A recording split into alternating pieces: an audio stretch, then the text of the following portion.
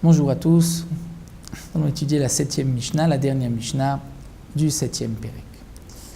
La Mishnah nous enseigne En megadlim be'ema daka be'eretz Israël. On ne fera pas l'élevage du menu bétail en Eretz Israël sur la terre d'Israël. Pourquoi? Pour le principe de Yishuv Eretz Israël, pour que la terre soit habitée, pour que ce que l'on plante sur la terre ne soit pas abîmé.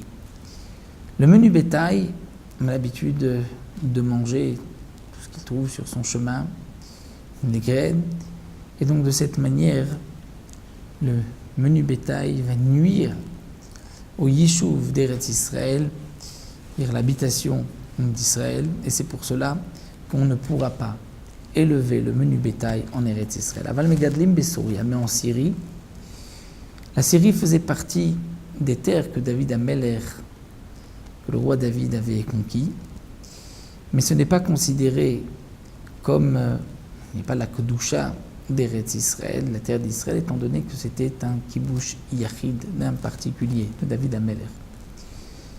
Donc on pourra faire de l'élevage du menu bétail en Syrie. Ou bemidbarot chez Eretz Israël, ou dans les déserts d'Israël, d'Eretz Israël, on pourra élever le menu bétail, étant donné qu'il n'y a rien qui pousse dans le désert. En megadlim tarnegolim Yerushalayim, on ne pourra pas élever des poules à Jérusalem, à Yerushalayim, à Kodashim, à cause des korbanot.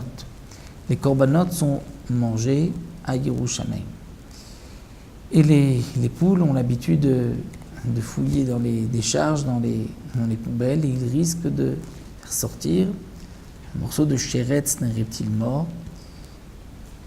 Et donc ce reptile mort risque ensuite de rendre impur les korbanot de Yerushalayim, donc il n'y avait pas d'élevage de poules à Yerushalayim. Velo kohanim beretz Israël, et les kohanim qui mangeaient la terouma dans tout Israël, eux aussi se devaient de ne pas faire d'élevage de poules, parce que les poules peuvent apporter l'impureté, et les kohanim devaient manger la terouma, ce prélèvement sur les récoltes de la terre, qui devait être mangé en état de pureté.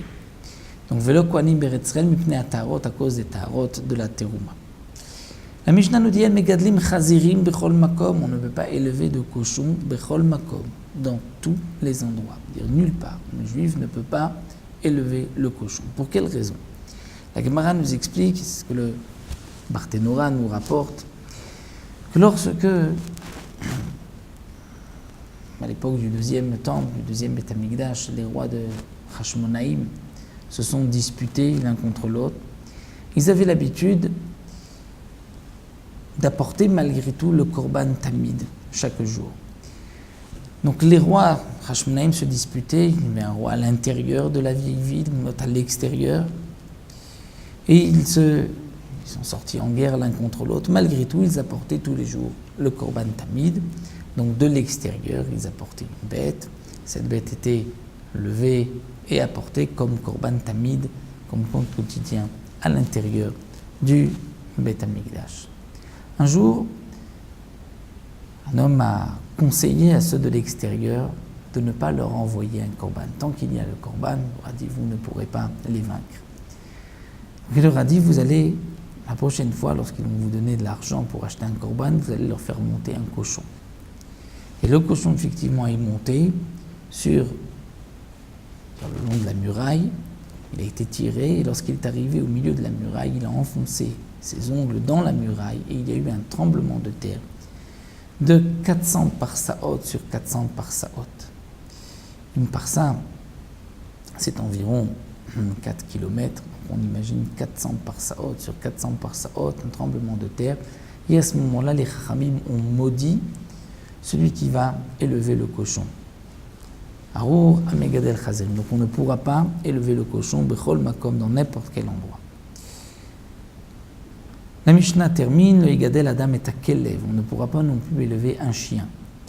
Un chien méchant qui risque de mordre, il va aussi aboyer, et il peut provoquer une fausse couche à une femme. Et là, sauf s'il est attaché avec une chaîne. Donc la femme n'aura pas peur et il n'y a pas de risque. Un autre din, en porsim ni shavim layonim. On ne pourra pas étendre nishavim, c'est-à-dire des pièges pour les colombes, pour les pigeons, la yonim. Et là, imken, ayarachok min yishuv shloshim ris, sauf si on l'a éloigné du yishuv, de l'endroit habité, de shloshim ris, de 30 ris. 30 ris, c'était une mesure de l'époque qui correspond à 4000,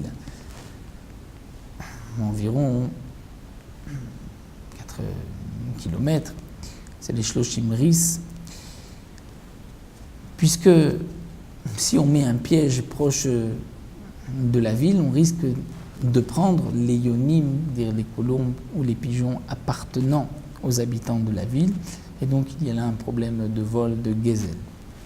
C'est pour cela que si on veut mettre des pièges, on devra les éloigner de 4000 de la ville.